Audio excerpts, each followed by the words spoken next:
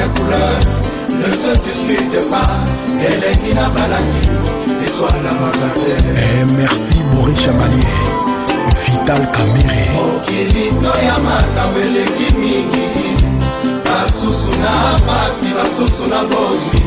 Basusuna mawa, basusuna bisengo. Jean-Marie Lukulasi, Dominique Mbabi. Pas de difficulté à avoir à manger, celui-là, le petit là, le clochard là.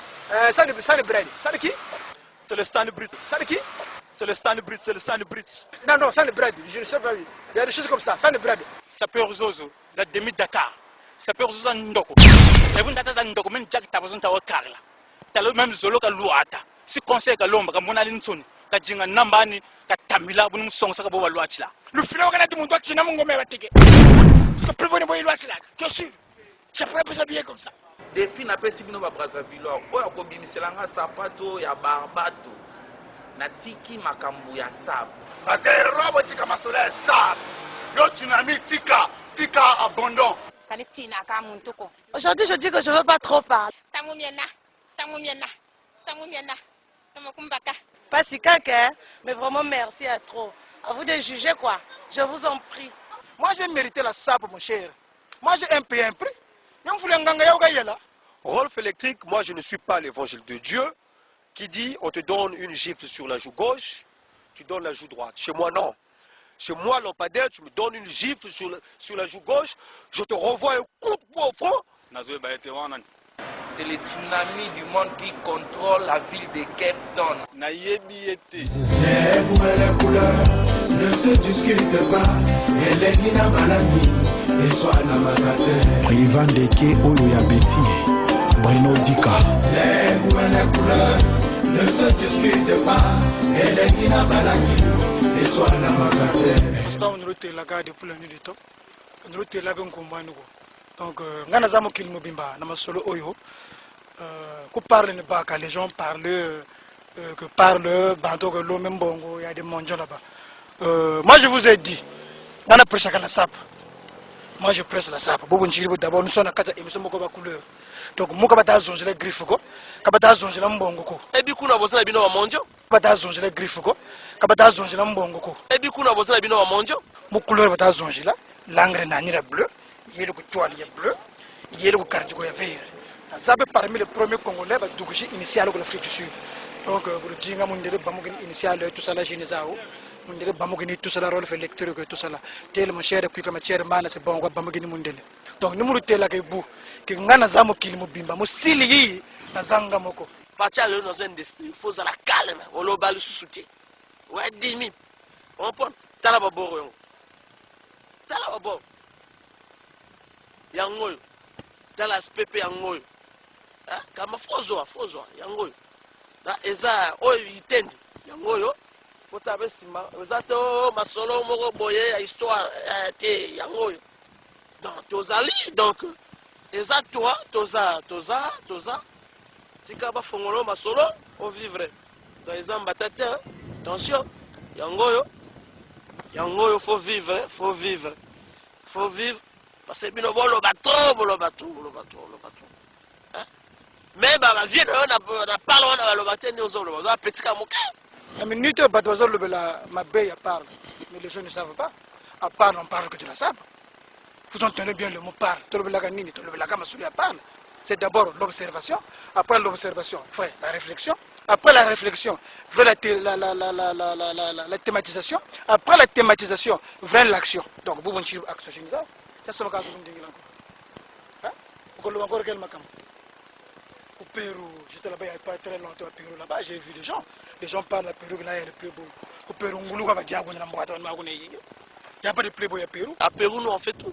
Nous on a la pousse de papier, de comment on s'en la faut, il y a Pérou. Mbatse, faut bien Pérou. Yo on m'a fait, qu'est-ce faut m'attendre à côté, pour y on m'a fait.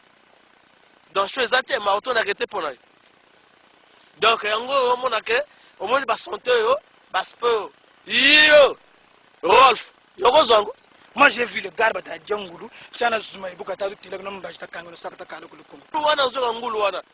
Eza place biso encore to kutanaga. To mela boki to sepelaka. To ça la vie.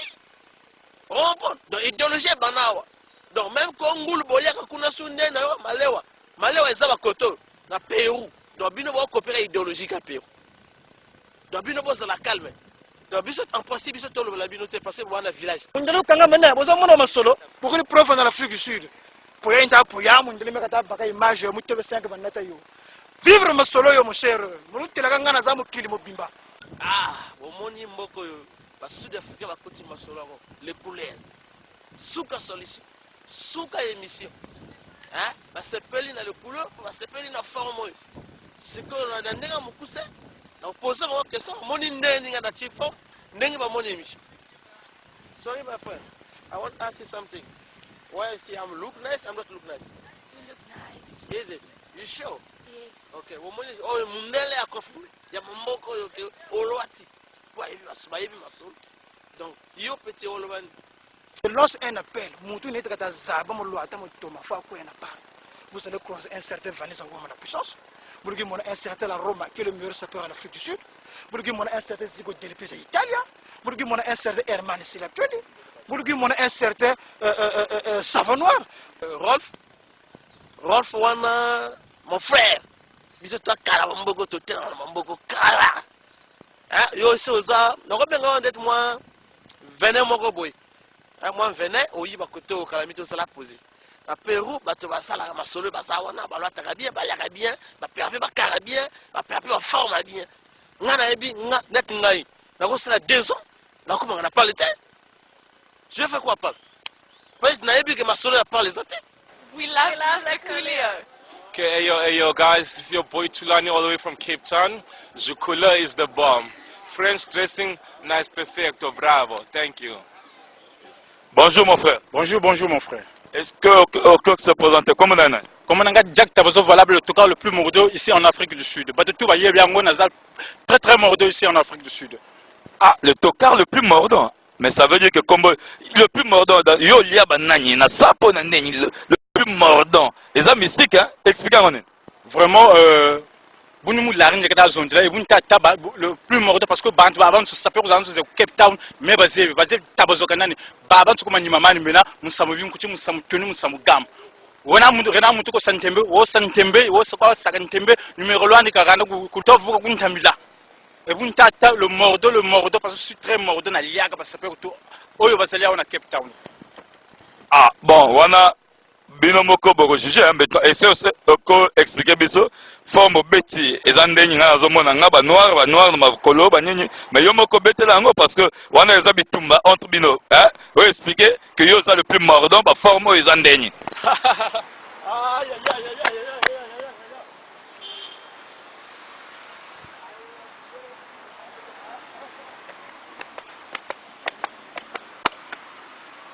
Le ma forme et votre bimkuti batel ça c'est du double, ça c'est du cœur.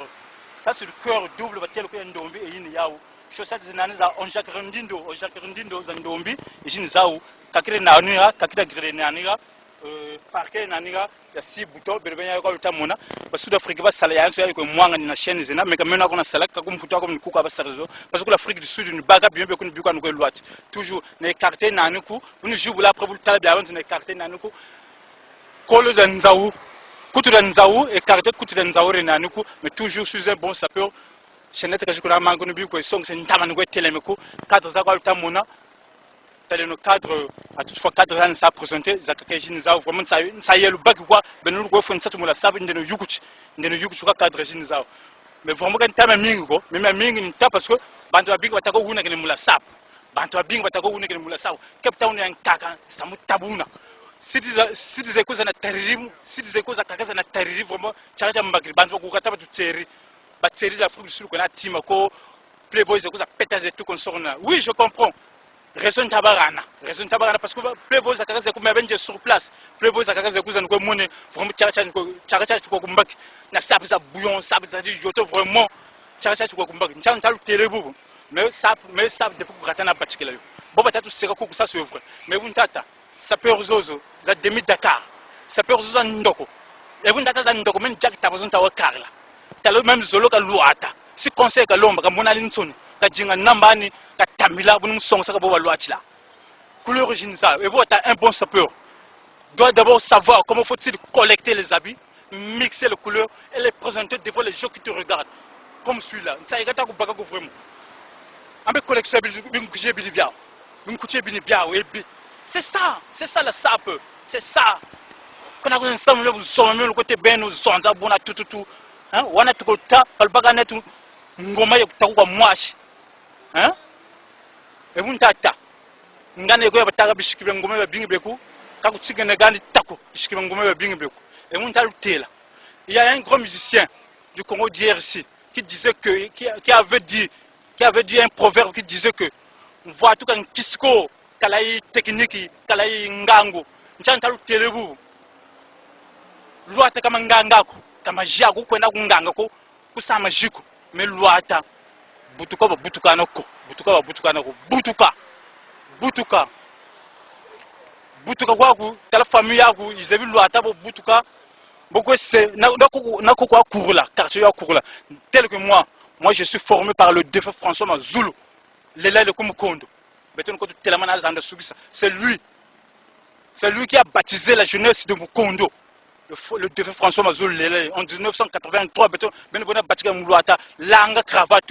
langa cravate langa veste bon tata langa ni cravate bon tata veste ni costume donc bon tata telama mpang bon tata ko lwat ko ndeni monen tsai me zonta ko buna ko biga ke nwande ne kang fola zaba bishinjira beko bashisa ndolo fola zaba bakala beko batina nyanju kutako mais à suivre bon tomu lu soksa bon mon relax je me suis relaxé ndele costume jingi douki prochainement vous nous ça costume ça Dakar et Luzolo mais vous bantu bingo zunza relax et je ne sais quoi mais à suivre c'est bon que ce dialogue voilà merci hein merci Niatali susutolema Mwanangu matisaluka kotisalucha pamba Mwanangu matisaluka kotisalucha pamba Wena tinga kisalo ngachwa zabakana Wena tinga kisalo ngachwa zabakana Mwanandumba tisaluka kotisalucha pamba Mwanandumba tisaluka kotisalucha pamba Wena tinga kisalo ngachwa zabakana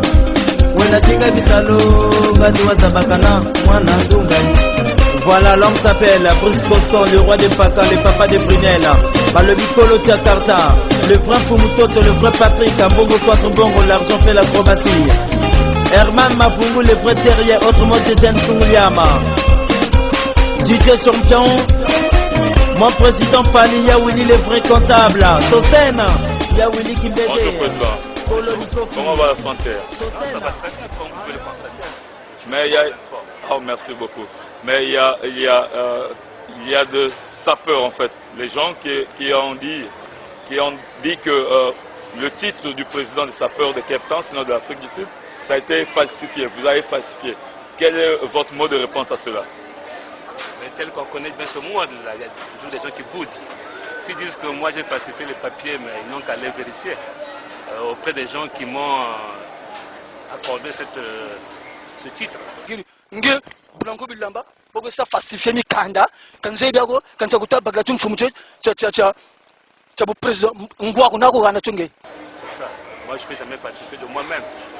Mais de toute façon, bon, moi je connais bien le milieu. Les gens